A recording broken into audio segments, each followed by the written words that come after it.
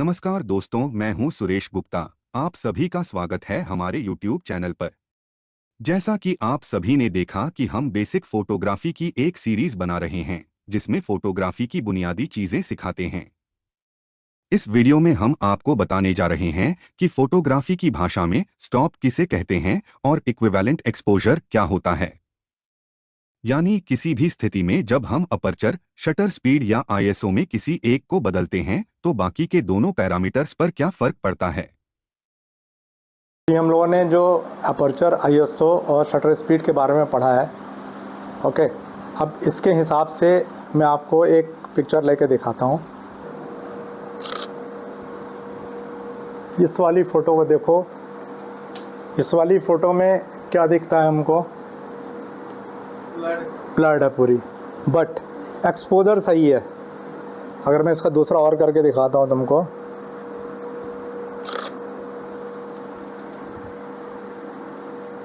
Exposure सही है but shaky है। ठीक है, इससे ये प्रिवील होता है हमको कि मेरी पिक्चर का एक्सपोजर तो सही है बट शटर स्पीड गलत लगी हुई है। अब शटर स्पीड अगर मैं सही कर दूं तो पिक्चर सही हो जाएगी। ठीक है, इसमें जो शेकी पिक्चर दिख रही है, चेहरा बिल्कुल ब्लरी दिख रहा है, अगर मैं इसमें शटर स्पीड चेंज कर देता हूँ, सपोज़ इसमें अभी हमारी 30 शटर स्पीड लगी हुई है, इसको अगर मैं 125 कर देता हूँ तो पिक्चर सही हो जाएगी। बट उसके क्या रिपरकशंस होते हैं ये देखना। जो ब्लरी पिक्चर आ रही थी वो सही हो गई, बट फेस थोड़ा सा डार्क हो गया as compare to previous picture. Okay, तो इससे हमें क्या समझ में आया कि एक्सपोजर तो सही है, लेकिन जैसे ही मैंने शटर स्पीड चेंज किया उसका, तो मेरा जो टोटल ओवरऑल एक्सपोजर था वो चेंज हो गया। अब इस एक्सपोजर को हमने जब 125 शटर स्पीड पे फ़ोटो खींचा, मतलब हमने शटर स्पीड थोड़ी सी इंक्रीज़ कर दी, तो अकॉर्डिंगली दूसरे पैरामीटर्स भी चेंज होने चाहिए थे। आईएसओ चेंज होना चाहिए था या फिर अपर्चर चेंज होना चाहिए था। कितना चेंज होना चाहिए था ये हमको नहीं मालूम। ठीक है ना, कोई भी परफेक्ट पिक्चर है, मान लो किसी भी एक एक्सपोजर पे, किसी भी एक आईएसओ पे, किसी भी एक शटर स्पीड पे और किसी भी एक अपर्चर पे कोई पिक्चर एक परफेक्ट आ गई है। अब उस पिक्चर में मुझे कोई एक पैरामीटर चेंज करना है। अगर हमें बैकग्राउंड सही करना है, मतलब बैकग्राउंड को ब्लर करना है, तो हमें क्या करना पड़ेगा? अपर्चर को बड़ा बनाना पड़ेगा। और जैसे ही हमने अपर्चर को बड़ा बनाया तो क्या होगा? अकॉर्डिंगली मेरे को दूसरे पैरामीटर चेंज करने पड़ेंगे। ठीक है, अब अगर मान लो मैंने प्रीवियस पिक्चर में 7.1 डायफ्राम दिया हुआ है और अगली पिक्चर में मुझे मान लो 1.8 डायफ्राम लगाना है, तो अकॉर्डिंगली मुझे शटर स्पीड चेंज करनी पड़ेगी या आईएसओ चेंज करना पड़ेगा। कितना चेंज करना पड़ेगा ये हमको नहीं मालूम। ठीक है, या अभी जैसे मैंने आपकी पिक्चर ली, सबसे पहली वाली पिक्चर जो थी मैंने 7.1 पे लिया था, तो आपका एक्सपोजर सही आया था, लेकिन पिक्चर ब्लरी आई थी क्योंकि आपका शटर स्पीड उसमें 30 लगा हुआ था। अब आपकी पिक्चर को फ्रीज़ करने के लिए जैसे ही मैंने 125 शटर लगाया तो क्या हुआ? पिक्चर तो सही हो गई, ब्लरी ख़त्म हो गया बिल्कुल, लेकिन आपकी पिक्चर अंडर एक्सपोज हो गई। इसका मतलब ये हुआ कि 125 के हिसाब से मुझे या तो अपर्चर बढ़ाना चाहिए था या मुझे आईएसओ बढ़ाना चाहिए था, जो कि मैंने नहीं बढ़ाया था। तो किसी भी पर्टिकुलर शटर स्पीड के हिसाब से या किसी भी पर्टिकुलर आईएसओ के हिसाब से या किसी भी पर्टिकुलर डायफ्राम के हिसाब से बाकी जो दो पैरामीटर हमको चेंज करने पड़ते हैं, उस सिस्टम को जानने के लिए एक एक्सपोजर ट्रायंगल होता है कि उसमें तीनों चीज़ें जब तक बैलेंस नहीं होंगी तब तक आपकी पिक्चर सही नहीं आएगी। तो वो ट्रायंगल मैं आपका भी एक्सप्लेन करता हूँ। ओके, यहाँ पर है आईएसओ,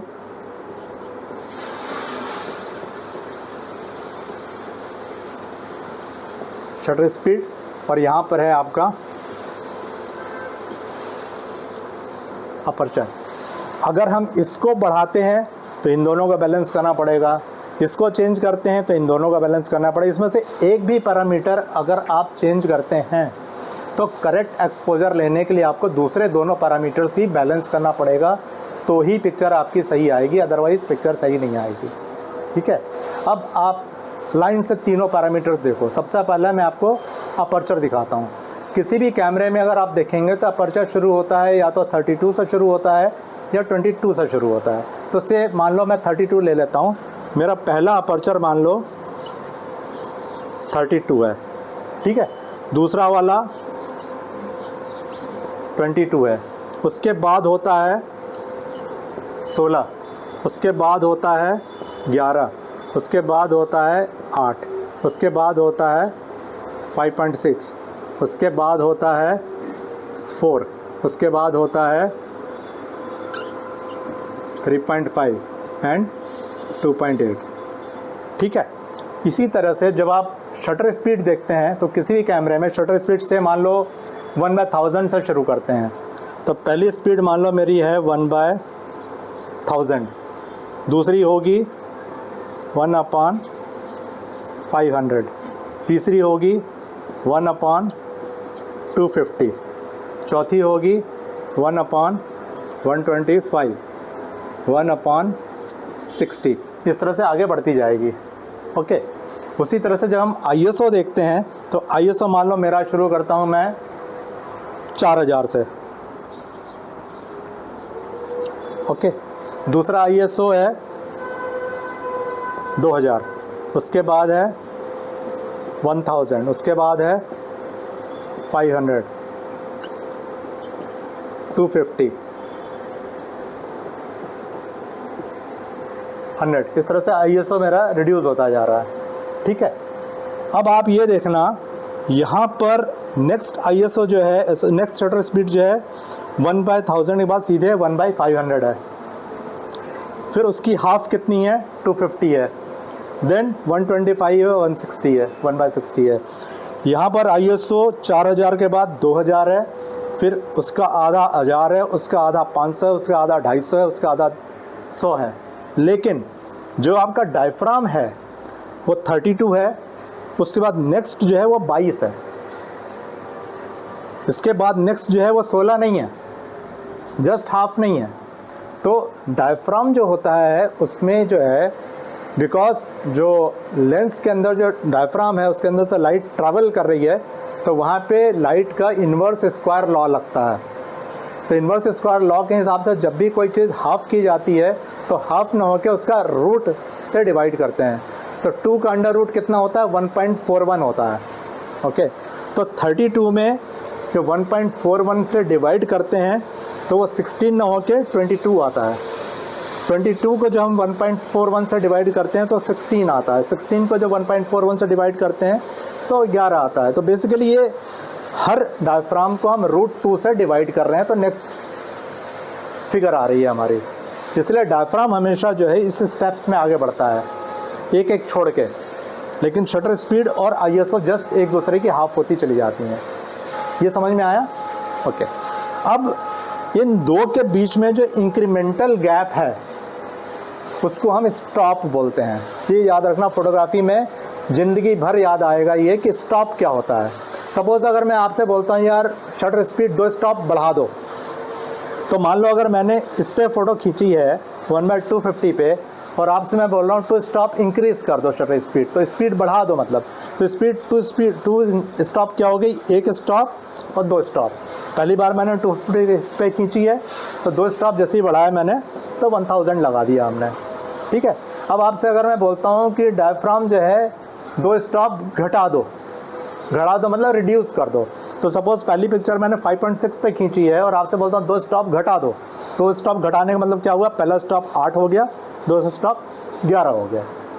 तो पिछली पिक्चर मैंने 5.6 पे खींची थी, 2 घटाने के लिए मैं उसको अब 11 पे खींचूंगा तो पिक्चर मेरी बैलेंस रहेगी। ये क्लियर है बिल्कुल। उसी तरह से ISO में अगर मान लो मुझे लगता है कि 2 स्टॉप रिड्यूस करना है, तो रिड्यूस करने के लिए मान लो मैंने पहली पिक्चर जो है 1000 में लगाई थी, तो 1000 की जगह मैं 250 कर दूंगा। अगर इंक्रीज़ करनी है शटर ISO को 1000 की जगह, तो स्टॉप आगे बढ़ाना है 4000 कर दूंगा। क्लियर? अब सपोज़ पहली पिक्चर जो मैंने आपकी खींची थी, मान लो ये पिक्चर मैं लेता हूँ अभी,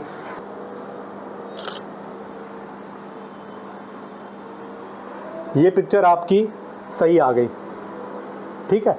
अब इस वाले पिक्चर पे सेम फिल्म के सेम एक्सपोजर को अगर मैं चाहता हूँ कि मेरे को डायफ्राम को थोड़ा सा, अभी 7.1 पे लिए मैंने, कितने पे लिए इसको, 5.6 पे लिए, सेम पिक्चर को मैं लेना चाहता हूँ से 11 पे लेना चाहता हूँ, ठीक है। तो अब सेम पिक्चर को अगर मुझे 11 पे लेना है तो मुझे क्या करना होगा, अगर मान लो मैंने इसको 11 पे लिया तो देखते हैं क्या होता है।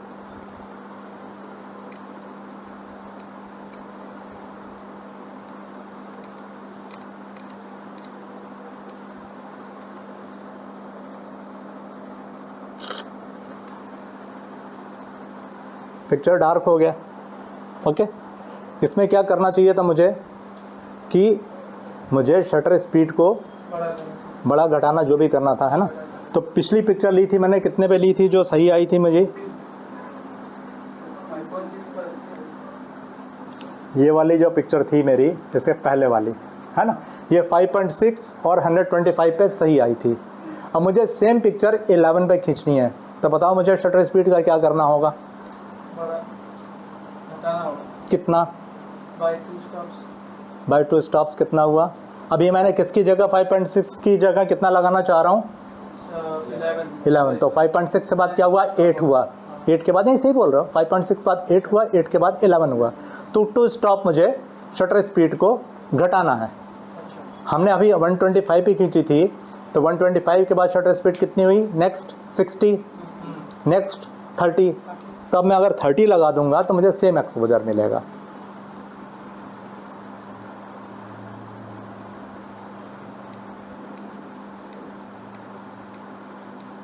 ठीक है,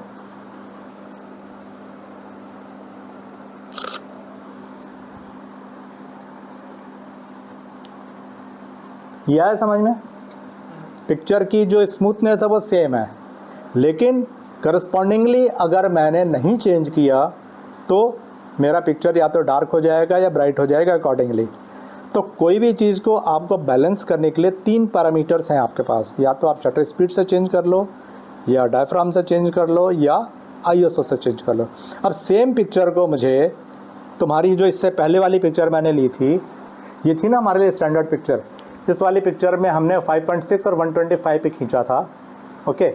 अब मुझे मान लो डायफ्राम मुझे 5.6 से 11 करना है, ठीक है ना, 11 करना है, मैं शटर स्पीड भी चेंज नहीं करना चाहता हूँ क्योंकि पिक्चर शेक होने के चांसेस हैं। तो मेरे पास एक ऑल्टरनेटिव और है कि मैं शटर को भी नहीं छोड़ूंगा, डायफ्राम मुझे 11 करना है, तो डायफ्राम मैंने 11 कर लिया, ठीक है। लेकिन अब मैं इसमें क्या करूँगा, आईएसओ छेड़ दूँगा थोड़ा सा। तो आईएसओ मेरा पिछली बार में कितना था, 1600 है, 1600 को चेंज करके मैं, नेक्स्ट है मेरा 3200, 3200 बाद H1 है, इसको लगा दूँगा, तो भी मेरी पिक्चर 125 पे आ जाएगी।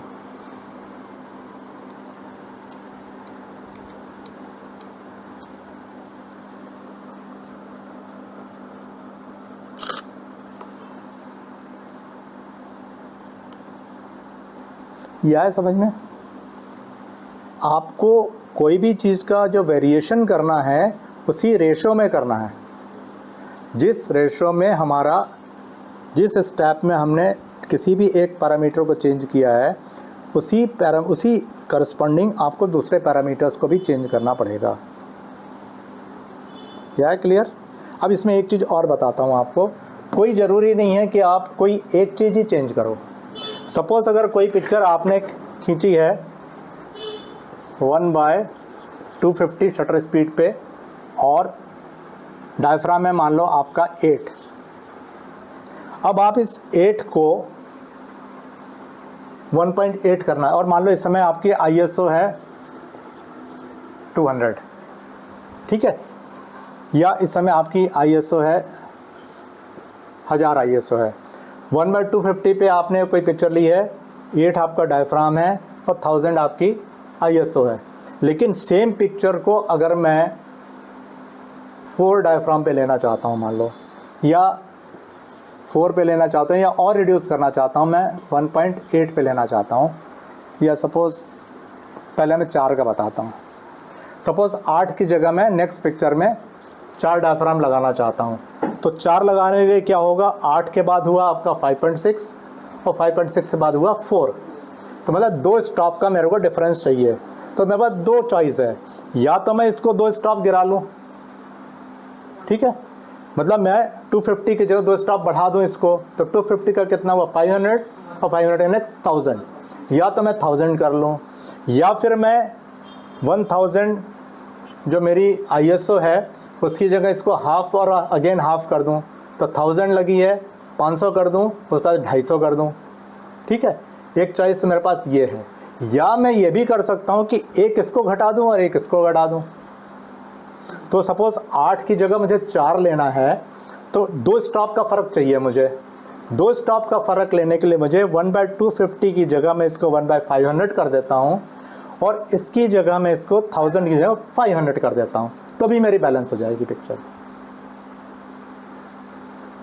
यह है समझ में अच्छे से? मेरे को खाली इक्विलिब्रियम मेंटेन करना है, ISO का, अपर्चर का और शटर स्पीड का इक्विलिब्रियम मेंटेन रहेगा, आपकी पूरी पिक्चर्स एक जैसी आएंगी। इसमें जो मर्जी आप कर सकते हो। आपका अगर मान लो 8 की जगह मान लो इसको 1.8 करना है ना, तो 8 के बाद 1.8 के बीच में कितना रास्ता सफ़र करना है अपने को, 8 के बाद 5.6, 5.6 से बाद 4, 4 के बाद 3.5, 3.5 को 2.8, 2.8 के बाद 1.8, ठीक है। तो 5 स्टॉप का मुझे फ़र्क लेना है, तो 5 स्टॉप या तो 250 में चेंज कर लो आप 5 स्टॉप, या आप अगेन इसमें कर लो 5 का 5 पूरा, या 2 इसमें कर लो, 3 इसमें कर लो, 3 इसमें कर लो, 2 इसमें कर लो, 4 इसमें कर लो, 1 इसमें कर लो, जो चाहे कर सकते हो। तो पहला कॉम्बिनेशन क्या बना, 1.8 लगाने के लिए अगला वाला शटर स्पीड मैंने 1/500 कर दिया, और 1000 की जगह मैंने इसको 4 स्टॉप रिड्यूस कर दिया। 1000 का हुआ 500, 500 का हुआ 250, 250 के बाद क्या हुआ 100, 125 तो नॉर्मली नहीं होता ISO, तो हम 100 लगा देंगे, ठीक है। तो ये कॉम्बिनेशन जम जाएगा 1/500 और 100। या फिर अगर मेरे को इसकी जगह 1/1000 करना है,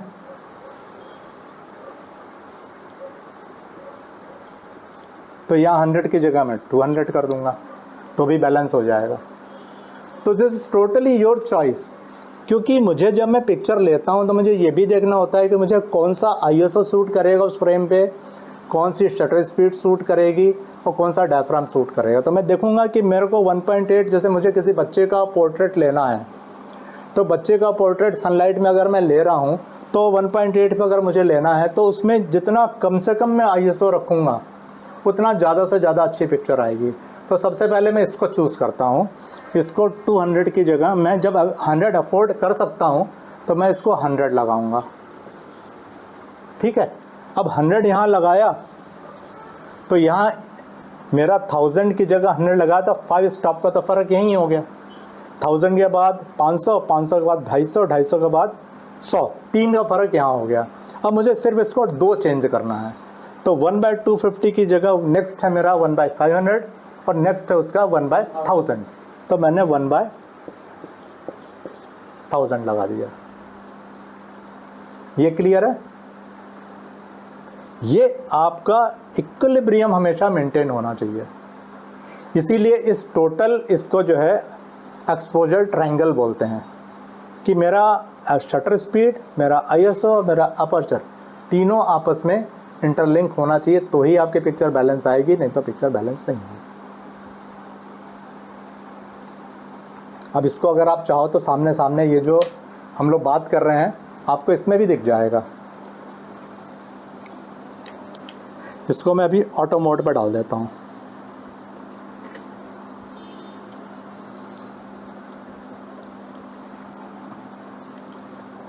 अभी देखो आप, किसी एक को फोकस करता हूँ मैं,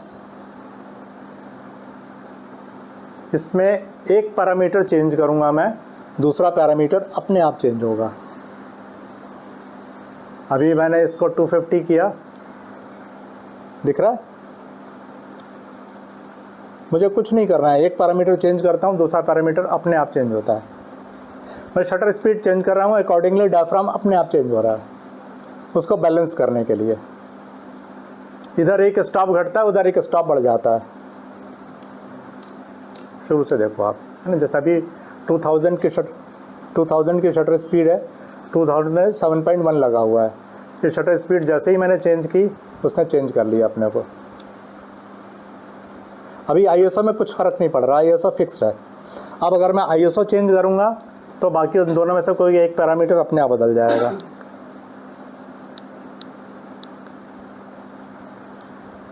चेंज हो गया।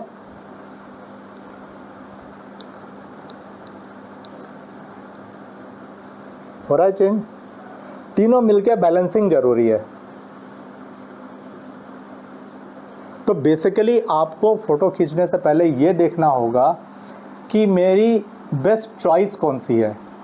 शटर स्पीड, अभी हम डायफ्राम की बात कर रहे थे कि हमने बच्चे का फ़ोटो खींचना है, पोर्ट्रेट लेना है, मैंने बड़ा से बड़ा डायफ्राम डाल दिया तो पिक्चर मेरी अच्छी आ गई। सिमिलरली अब मैं स्पोर्ट्स की फ़ोटो खींचने गया हूँ, थोड़ी देर पहले मैंने वहाँ एक बच्चे की फ़ोटो खींची थी। उसकी फ़ोटो में तो मैंने स्टैटिक बच्चा था या बहुत कम स्पीड में मूव हो रहा था, तो 125 शटर स्पीड लगा के अकॉर्डिंगली हमने अपना डायफ्राम बड़ा बना लिया और उसका पिक्चर ले ली।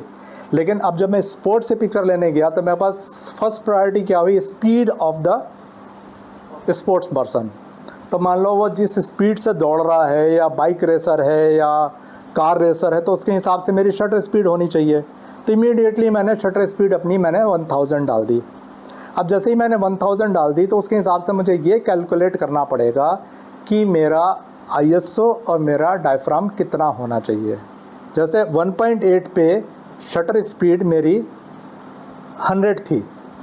अब अगर मैं 1000 पे पिक्चर लेना चाह रहा हूँ और 1.8 के हिसाब से नहीं चलना पड़ेगा मुझे, फिर अब मेरे को ISO से चेंज करना पड़ेगा, क्योंकि मेरा जो शटर स्पीड मैं घटा रहा हूँ, मतलब 100 की जगह मैं 1000 कर रहा हूँ, मतलब मेरी और कम लाइट जा रही है उसके अंदर। तो शटर मान लो, डायफ्राम तो मेरा मान लो 1.8 ही लगा हुआ है, तो 1.8 तो मेरा सबसे बड़ा हो गया। तो अब मेरे को ISO बढ़ाना पड़ेगा, ISO आपको चेंज करना पड़ेगा जो उस वाली शटर स्पीड उस वाले डायफ्राम को मैच कर जाए। तो नॉर्मली इसीलिए जो आपकी जो स्पोर्ट्स वगैरह की और इतने हाई स्पीड की जो फ़ोटोज़ खींचते हैं उसके लिए ब्राइट सनलाइट होना बहुत ज़रूरी है। अगर आप इवनिंग में लेना चाहोगे तो इवनिंग में क्या होता है, लाइट बहुत कम हो जाती है, तो 1000, 2000, 5000 शटर स्पीड आप लगाओगे तो आपको उतना डायफ्राम आपके कैमरे में होता नहीं है। बड़ा से बड़ा ISO लगा दोगे उसके बाद भी हो सकता है पिक्चर आपकी क्लियर नहीं आएगी। तो उस केस में आपको या तो ब्राइट सनलाइट होना चाहिए या फिर आपको शटर स्पीड फिर कम करनी पड़ेगी थोड़ी सी। ये क्लियर है, मतलब इस शटर स्पीड, ISO और इसका अपर्चर का रिलेशन। तो नॉर्मली जो हाई स्पीड पिक्चर्स होती हैं वो हमेशा बड़े से बड़े डायफ्राम पे ली जाती हैं। उसी तरीके से जैसे आप बर्डिंग करने जाते हो, जो उस दिन भी मैंने बताया था, अगर आप बर्ड्स की फ़ोटो खींचने जाते हो टेलीफोटो लेंस से अगर आप फ़ोटो खींचते हो तो आपने अगर मान लो 1500 mm का लेंस लगाया हुआ है, तो 1500 mm का लेंस लगाने के लिए आपको शटर स्पीड कम से कम 3000, 4000, 5000 डालनी पड़ेगी। तो अगर आप 5000 की शटर स्पीड डाल रहे हो कैमरे में, मान लो अगर मैं अभी 5000 डाल देता हूँ यहाँ पे, तो कुछ आएगा ही नहीं यहाँ पे।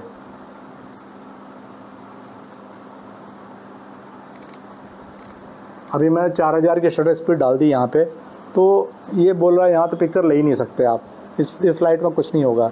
अब मैं बड़ा से बड़ा मैं शटर लगा दूँगा ISO तो भी मुश्किल जाएगी। अभी कर्टन खोल दो बाहर, तो बाहर इतनी अच्छी लाइट है, इस वाली लाइट में आप 4000 की रोशनी में खींच सकते हो।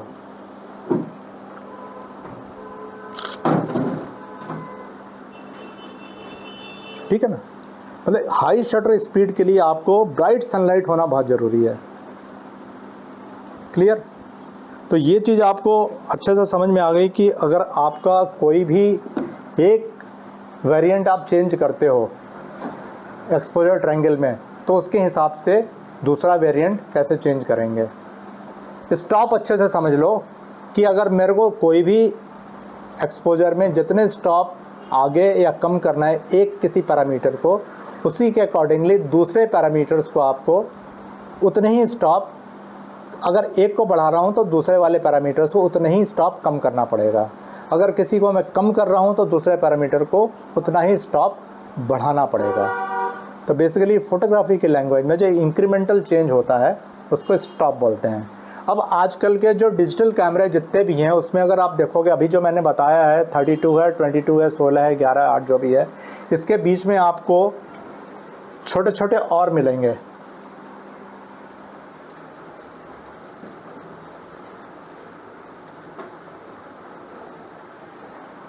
अभी अभी के आजकल के जो कैमरे आते हैं उसमें जैसे मान लो आपने 8 लिया डायफ्राम, उसके बाद आपको 7.1 भी मिलेगा, 7.1 के बाद आपको 5.6 मिलेगा, 5.6 के बाद आपको 5 भी मिलेगा। तो उससे आप कंफ्यूज मत होना, आपका जो इंक्रीमेंटल गैप है वो आपका उतना ही रहेगा।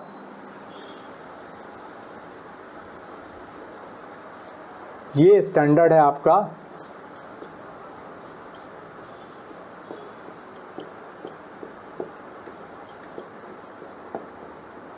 इस तरह का। अगर आपको इसके बीच में इंक्रीमेंटल गैप डालना है तो उसके बाद आपको शटर स्पीड में भी आपको इंक्रीमेंटल गैप डालना पड़ेगा, क्योंकि शटर स्पीड अगर आप देखोगे तो आपके कैमरे में 1000 के बाद 500 ना हो के बीच में 3 स्पीड और रहती हैं। तो जितने टुकड़ों में आपकी शटर स्पीड बटी हुई है, या जितने टुकड़ों में आपका डायफ्राम बटा हुआ है, या जितने टुकड़ों में आपका आईएसओ बटा हुआ है, वो भी आपको स्टॉप में गिनते समय कंसीडर करना पड़ेगा। मतलब अगर आपके कैमरे में 8 के बाद 7.1 लगा हुआ है तो उसको आप अगला स्टॉप नहीं मान लेना। आपके कैमरे में 8 के बाद सीधे 5.6 जो है वही आपका अगला स्टॉप है, अदरवाइज इसको हम हाफ स्टॉप बोलेंगे। ये याद रखना चीज़ को जो मैं बता रहा हूँ। अगर मान लो 8 के बाद हाफ स्टॉप बढ़ाने की बारी आती है तो आप 5.6 ना लगा के फिर आप 7.1 लगाओ। उसी तरीके से शटर स्पीड भी आप 1/250 के बाद 125 न लगा के बीच वाली जो शटर स्पीड है 80 होगी या 100 होगी वो लगाओगे। ये क्लियर हुआ कि शटर स्पीड भी इंक्रीमेंटल होती है, डायफ्राम भी इंक्रीमेंटल होता है और आईएसओ भी इंक्रीमेंटल होता है। उस केस में फिर आपका जो आईएसओ है वो 4000 के बाद सीधे 2000 नहीं होगा, 4000 के बाद फिर 3200 होगा। आपके कैमरे में देखना 4000 के बाद 3200 आईएसओ भी होता है। तो उस मतलब आप ये देख लो कि आपके कैमरे में कितने कितने इंटरवल के ऊपर गैप्स बने हुए हैं, लेकिन 3 जो बेसिक पैरामीटर्स हैं वो जस्ट एक दूसरे के डबल होते हैं। सिर्फ अपर्चर ऐसा है जो 1 डिवाइड बाय 1.41 होता है, उसके हिसाब से ही आपको कैलकुलेट करना है कि मेरे को कौन सा स्टॉप इसके बाद जाना है। कोई डाउट हो इसमें तो बताओ मुझे। Any doubt? 200 आईएसओ। ओके, अब इसमें मेरे को पिक्चर लेनी है 4 डायफ्राम के ऊपर, है ना। अब मैं थोड़ा सा शुरुआत कर देता हूँ तो किसी की गलती नहीं होगी। 8 के बाद 4, ये डायफ्राम मतलब अब मैं डायफ्राम को और बड़ा कर दे रहा हूँ। तो 8 के बाद कितना हुआ 5.6, 5.6 के बाद क्या हुआ 4। 2 स्टॉप का फ़र्क आना है। आप choose your shutter speed and ISO accordingly, जिसको जो मर्जी हो कर सकता है। ठीक है, जय तुम शुरू करो सबसे पहले।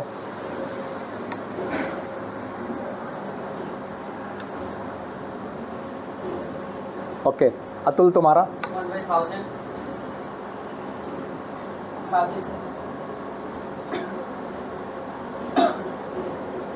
रमेश 1/250 ISO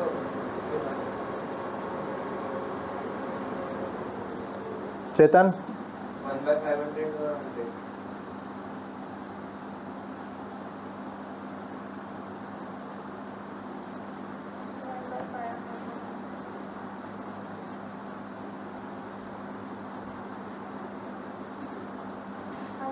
100।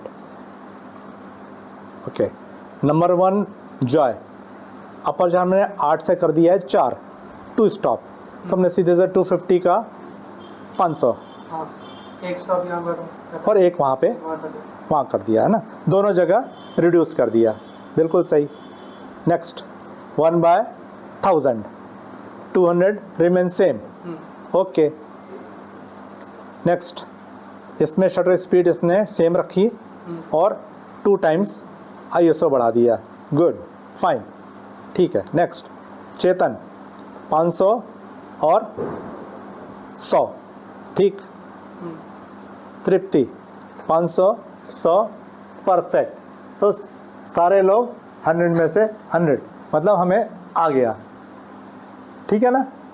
Very simple. सबसे पहले ये देखो कि कितना स्टॉप मेरे को नीचे जाना है या कितना स्टॉप ऊपर जाना है, बस, और कुछ नहीं करना। बाकी क्या घटाना है क्या बढ़ाना है वो अपने हिसाब से आप देख सकते हो। क्लैप कर दें, आ गया सबको अच्छे से, है ना। ओके।